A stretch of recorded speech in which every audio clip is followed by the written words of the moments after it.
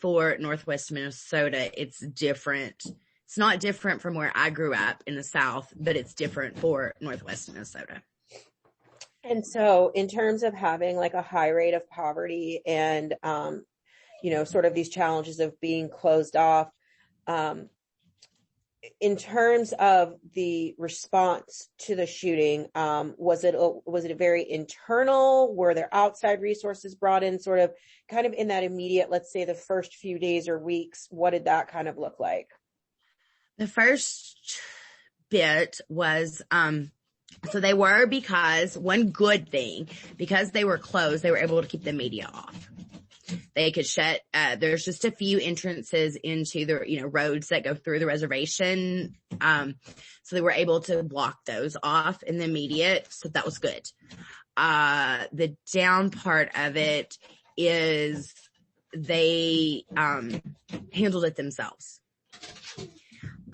We did have, let's see, I can remember this was on a Monday. On Wednesday, we all met at the elementary school. I had some issues with that personally.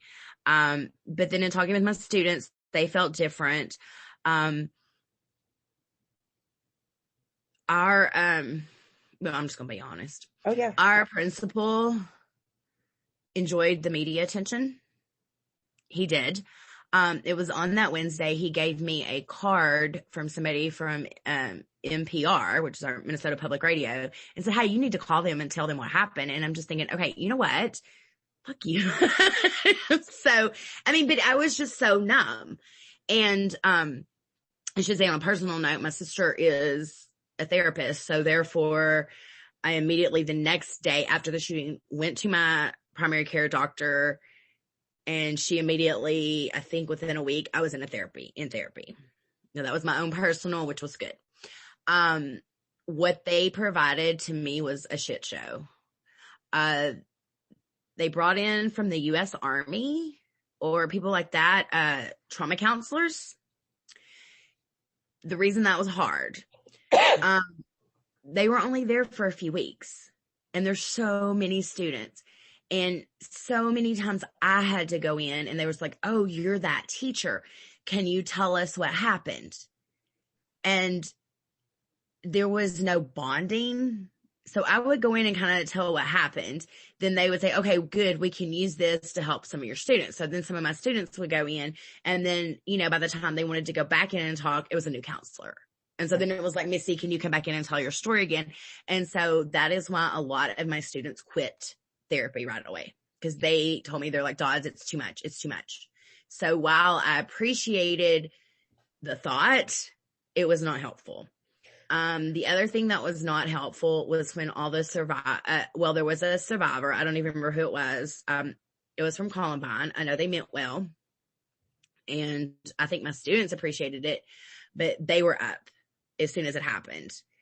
And, probably it was more of a personal reason because I was getting ready to talk at an open mic thing, and our principal said, "Missy, wait, no, let this person talk." And it was the Columbine person. And I think it meant a lot to my students, but for me personally, it was just kind of irritating that other people were there, because it was like, nope, this is us, not. And then you have the whole media thing. I was lucky we had just moved. And so the phone book had my other address in it. My other friend, his address was published, and the media would just show up at his house and he had little kids. And then they went back to school, but I do know now that was great for my kids. In talking to them in the aftermath, that it is so good that they opened the school back up in I think 3 weeks, 4 weeks. For me personally, I never wanted to go back. They had lots and lots of teacher faculty meetings. They were horrible. I got a note from a therapist that I don't have to go. because it just fueled anger. And they brought in people, just listening to some of my friends, but they brought in people and they were like, oh, let's sit in a circle and let's talk about doing what, no offense to counselors, it is needed. I have been in therapy for 16 and a half years. I still currently am in therapy. It is needed, but it's, those afternoons, because school just went a half day till the end of the year. They needed to let those teachers go home and sleep. Forcing teachers to be there, forcing teachers to talk about their feelings. There was a lot of anger because you don't know who to blame because the rumors were horrible. So it's like, well, maybe it was so-and-so's fault. Maybe they knew he was drawing. You know what I mean? There was a lot of kind of catty stuff going on. And that was bad. So that went on. We had graduation as normal. Famous day. I can just name people, right? Because whatever. Come out. Yeah. I don't care if they're transcribed. I don't care. It's the truth. Famous Dave, Famous Dave's barbecue or whatever. He's Native American. He wanted to come talk to our senior class. Well, I was senior class sponsor along with, my daughter's current PE teacher. Anyway, we were senior class sponsors together. And so we met with the senior class and they were like, no, we don't want anything to be about the shooting. And I'm like, fair enough, that's fine. And so we got in trouble with the admin because he said, well, Famous Dave wants to come and speak and has volunteered. And we're like, well, the kids don't want that. And then he yelled at us and got mad at us because he said, well, this is a once in a lifetime opportunity. And I'm like, no, the kids don't want it. It's we usually started in 9th grade with about 90 to 100 kids per grade. We graduated 30 on average. So that kind of gives you a spill there. That was not helpful. There were lots of meetings. One person came up and told me not to worry that they're going to get me new furniture for my classroom. It's like, yeah, because that's a concern. Then they wanted to redesign the building. It was a brand new building, just opened that year. Comments made oh, the kids in the culture room were protected. And I'm like, fuck you. So my kids weren't, there was a lot of that. Everybody wanted to say something and they just made it worse. I had anger. I had tons of anger, I think. And, one day I went to a meeting and where they were redesigning how they were going to redesign the building. I disagreed. I was so mad. I came home and I ripped up all my carpet in my house. We needed new flooring, but, my husband came home and I had moved all the living room furniture and ripped up all the carpet. You save some money there. It did.